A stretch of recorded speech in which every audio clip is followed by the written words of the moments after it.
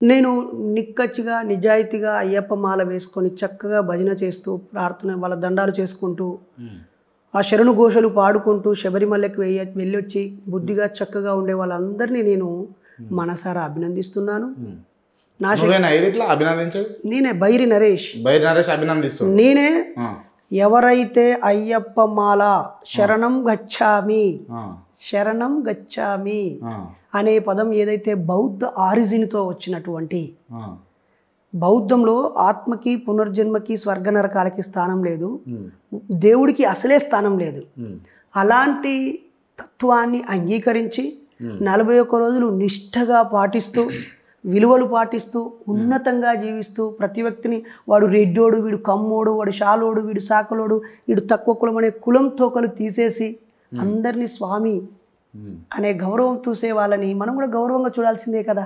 మరి ఏం చేసినాము? ఆ క్రమంలో మాలలు వేసుకున్నటువంటి మాలమాదిగలని తక్కువ కులం వాళ్ళు వండితే మేము తినాలా, నువ్వు మాలెత్తే మాత్రం మాతో సమానమా అని చెప్పి వాళ్ళు వండిన అన్నాన్ని నేలపాలు చేసినప్పుడు, మాలేస్తే మాత్రం మా సంపన్న కులాల ఇంట్లోకి వచ్చే అర్హత నీకెక్కడిదిరా అని వివక్ష చూపినప్పుడు జరిగిందా? అన్ని మీకు ఎన్ని సాక్ష్యాలు? జరిగిందా? అట్లా ఎన్నో చోట్ల జరిగింది. ఎక్కడ జరిగింది? నేను స్వయంగా జనగామకు వెళ్ళి చూశాను, శ్రంగం శ్రీరాంపూర్కి వెళ్ళి చూశాను, నిజామాబాద్కి వెళ్ళి చూశాను, కాటారం దగ్గరికి వెళ్ళి చూశాను.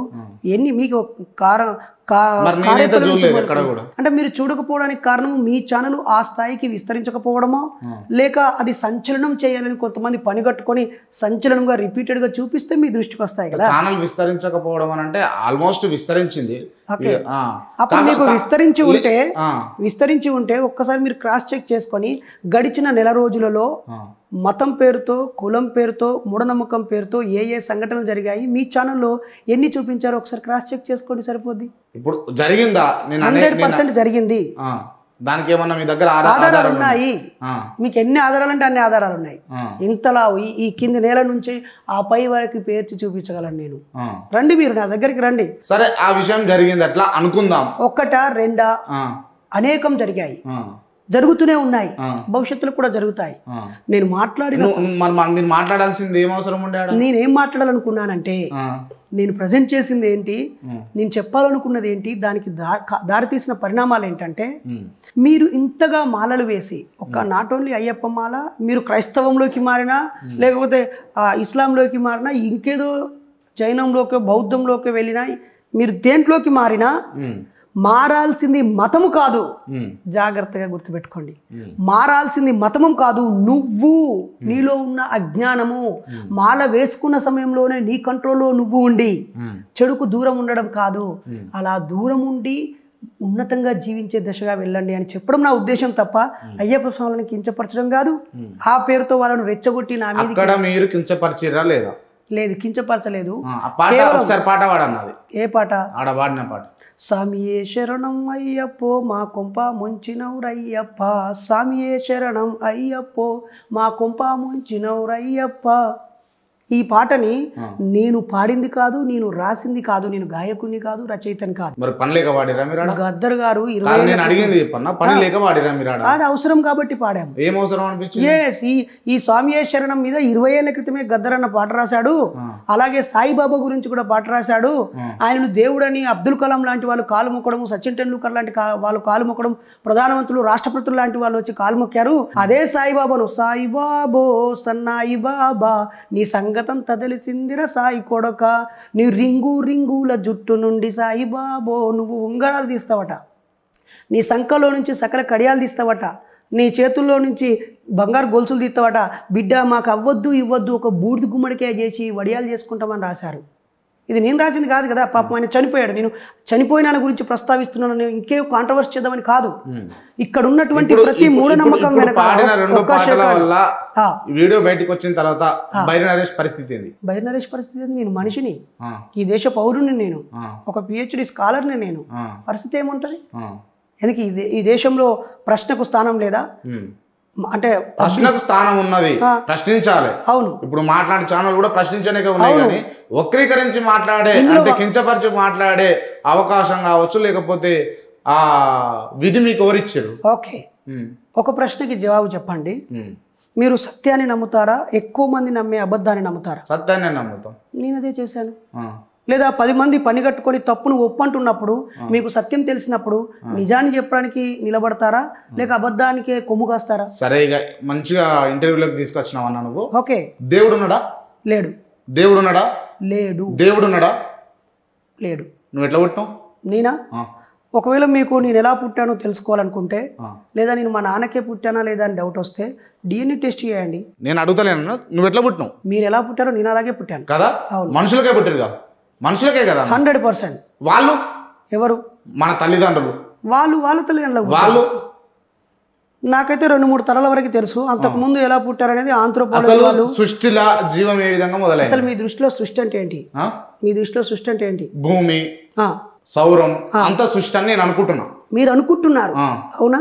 అది నిజమా కాదా అనే విషయం మీద పరిశోధన జరగాల. గుడ్డిగా నమ్ముతావా?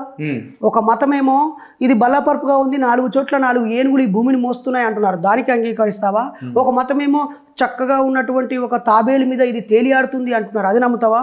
ఇంకొక మతమేమో దీన్ని చాపలాగా చుట్టుకొని కొమ్ములతో ఉంది, పంది రూపంలో పంది అవతారంలో పైకి లేపాడు అని చెప్పేది నమ్ముతావా? లేకపోతే ఇంకోటేమో పాము పడగ మీద ఈ భూమి ఉందని నమ్ముతావా? నీకు మెదడన్నది మనకున్నది, అది సరిగా పనిచేస్తే విశ్వదమ్ముకును విశ్వ రహస్యాలు అంటాడు కదా శ్రీశ్రీ. మెదడు మనకు ఉన్నప్పుడు ప్రశ్నించాలి కదా, ఆలోచించాలి కదా, జీవ పరిణామం ఎలా జరిగిందో అన్వేషించు. దానికోసం 100,000 మంది శాస్త్రవేత్తలు జీవితాన్ని తారవోసి అనేక ఆధారాలను సూచిస్తే కదా జీవ పరిణామం ఎలా జరిగిందో అనేది ఆలోచిస్తున్నాము. అలాగే ఈ ప్రకృతి ఎలా ఏర్పడిందనే బిగ్ బ్యాంగ్ థియరీ నుంచి మొదలుకుంటే ఇప్పటివరకు కదా, ఈరోజు సార్ జాన్ మార్షల్ అండ్ బెనర్జీలు మన ఇండియన్ హిస్టరీని కనిపెట్టేంత వరకు లోతాల్లోనూ లేకపోతే హరప్ప సింధులోయ నాగరికత ఉందని మనకు తెలియదు కదా. మరి ఎలా తెలిస్తే లార్జ్ హైడ్రల్ కోలైడార్ అని ఒక ప్రాజెక్ట్ జరుగుతుంది డాక్టర్ అబాస్ అనే సైంటిస్ట్ నేతృత్వంలో. ఒక కృత్రిమ విద్యుదయస్కాంత క్షేత్రాన్ని ఏర్పాటు చేసి ఎలక్ట్రాన్ని ప్రోటాన్ని తాడింపజేసి బిగ్ బ్యాంగ్ కాలం నాటి పరిస్థితులను అన్వేషించడానికి ఒకవైపు బుర్రలు బద్దలు కొట్టుకొని బ్లాక్ హోల్స్ గురించి స్టీఫన్ హాకింగ్ లాంటి వాళ్ళు, ఆల్బర్ట్ ఐన్స్టీన్ లాంటి వాళ్ళు, ఎంతోమంది శాస్త్రవేత్తలు ఎక్కడెక్కడ ఏముంది, ఏం జరుగుతుంది, ఎన్ని వేల సంవత్సరాలు చరిత్రని తలబుర్ర బద్దలు కొడతా ఉంటే ఒకరోజు గుడ్డు పెట్టాడు, గుడ్డులోంచి పై చిప్ప ఆకాశమైంది, కింది చిప్ప గుండమైంది. గిదా మీరు అనుకున్నటువంటి సైన్స్, గిదా మీరు అనుకున్నటువంటి మత విశ్వాసాలు? దేవుడు లేడని మీరు చెప్తున్నారన్నా? నా కంటికి కనిపించడం లేదు, చెవులకు వినిపించడం లేదు, నా స్పర్శకు తాకడం లేదు, లేదా రకరకాల కొలమానాలకు అది నిలబడటం లేదు. కాబట్టి గాలి కనిపించకపోయినా దాని గాలి ధర్మాలు ఉన్నాయి. వేడిగా అనిపించకపోయినా తాకినప్పుడు స్పర్శ ద్వారా గుర్తిస్తాము. అలాగే ఆధారాలు ఉంటున్నాయి కదా. ఈరోజు నేను ఒక డిగ్రీ హిస్టరీ చదివిన వ్యక్తిని.